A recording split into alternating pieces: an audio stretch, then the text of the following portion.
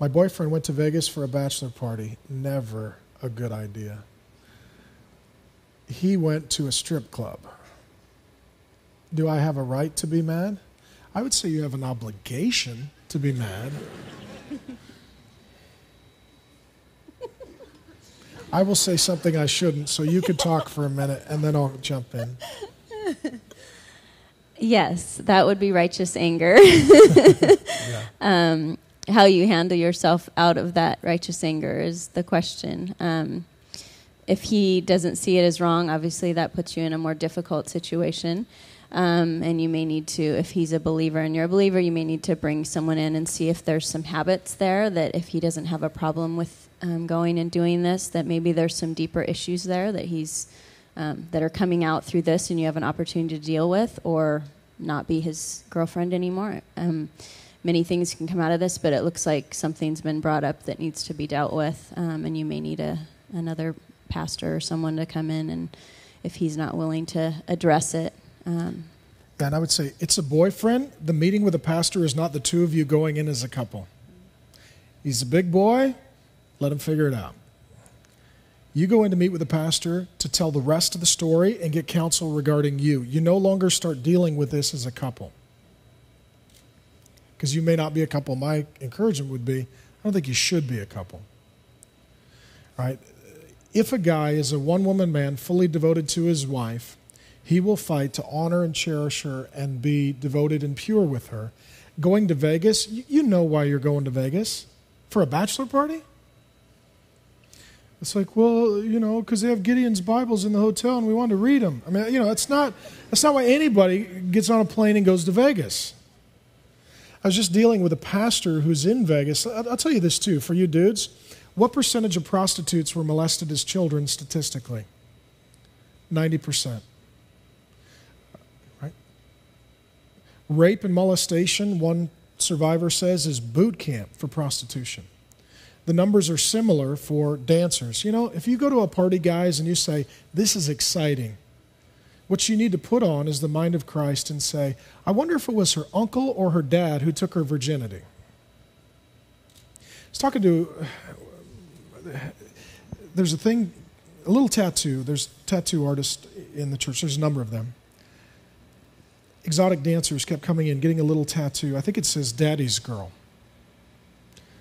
You know what that is? That's like a gang symbol. It's like a branding for girls who were molested by their dad and now strip for a living. I got an 11-year-old girl and a 5-year-old girl. I mean, if they were molested or raped, if I was the one to do it, and so they made that their vocation. I went in for a tattoo that said Daddy's Girl to brand them like a Scarlet A. Just so you guys know, there's nothing attractive about that. It's very sad. Sorry, I'm making you cry. But any guy who doesn't think like that, he's not ready to be a Christian husband. Any guy who premeditates, I'm going to go to a bachelor party, get on a plane, go to Vegas, and see naked girls, he doesn't have the mind of Christ. He certainly doesn't have any inclination to love his wife like Christ loves the church.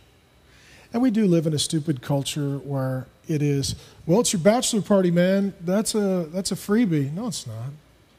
What happens in Vegas stays in Vegas. No, it doesn't. We were at the airport, and there's a maternity shirt that says, this is what happened in Vegas. I mean, we just make all of these sort of jokes around it all. It's just a bizarre culture.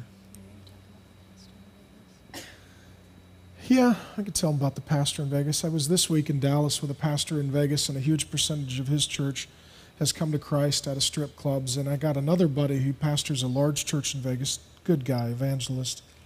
He's got hundreds and hundreds and hundreds of women in his church who were molested, raped, abused. Now they're single moms who strip to pay for their kids. They've come to Christ. They can't make that much money otherwise, and the church is struggling to know what to do with them because guys like this make it a viable income stream.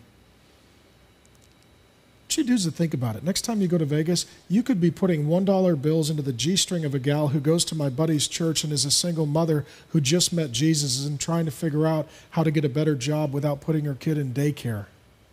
You've got to think this through. You've got to think this through. So I would tell the gal, he's not ready to be a husband. Go meet with a counselor. Tell him to get some help. And I would say at this point, move on.